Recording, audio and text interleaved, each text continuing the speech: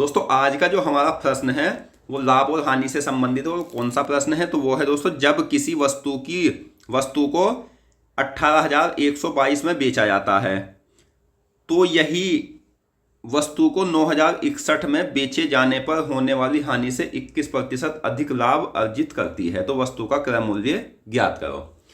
तो दोस्तों होता क्या है कि ये प्रश्न एग्जाम में अधिकतर स्टूडेंट से नहीं हो पाता है, और जो कर भी देते हैं तो उन्हें काफ़ी ज़्यादा समय लग जाता है।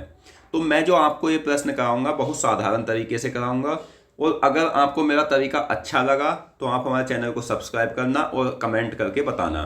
और दोस्तों जितने भी लाभ और हानि से संबंधित प्रश्न एग्जाम में पूछे हुए हैं या जो एग्जाम में पूछे जाने वाले टाइप है वो मैं एक एक करके आपको प्लेलिस्ट के अनुसार, मतलब आप हमारे चैनल की प्लेलिस्ट पर जाना, एक एक करके प्रश्नों को पढ़ना, आपका संपूर्ण चैप्टर कंप्लीट हो जाएगा। और मैं एक एक करके इसलिए पढ़ा रहा हूँ क्योंकि मैं बिल्कुल प्रश्न को ऐसे कराऊंगा कि आप अच्छे से समझ सको, औरों की तरह मैं आपको नहीं कराऊंगा।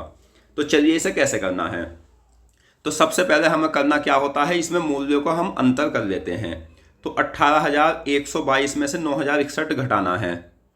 18,122 9,061, 2 में से 1 12 में से 6 गया दोस्तों 6, और 1 ऐसे ही आ जाएगा, मतलब 1 तो ये हासिल हो गया तो 0 बचा।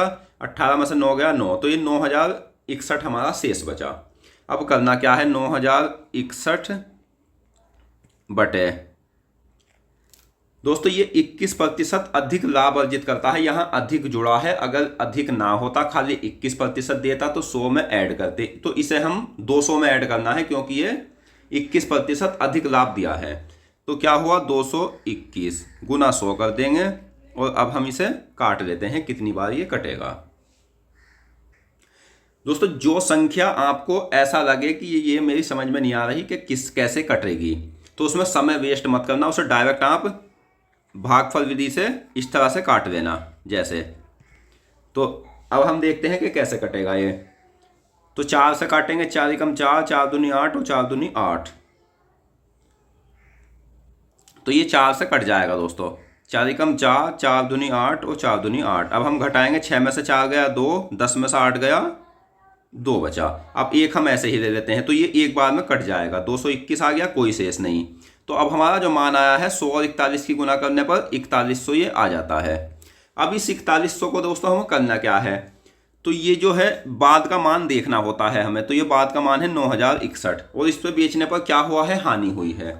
तो अगर हानि हुई है 9,061 में बेचने पर, और हानि 4100 की हानि हुई है, तो फिर क्रय मूल्य कितना हुआ, तो 9,061 में 4100 हम जोड़ देते हैं, 9,061 बटा 4100, तो ये मान आ जाएगा 1,6,1,9,4 13,161 आपका क्रय मूल्य आ गया। तो इस तरह से आप इस प्रश्न को कर लेना, बहुत आसान तरीका है। तो मिलते हैं नेक्स्ट प्रश्न के साथ, धन्यवाद।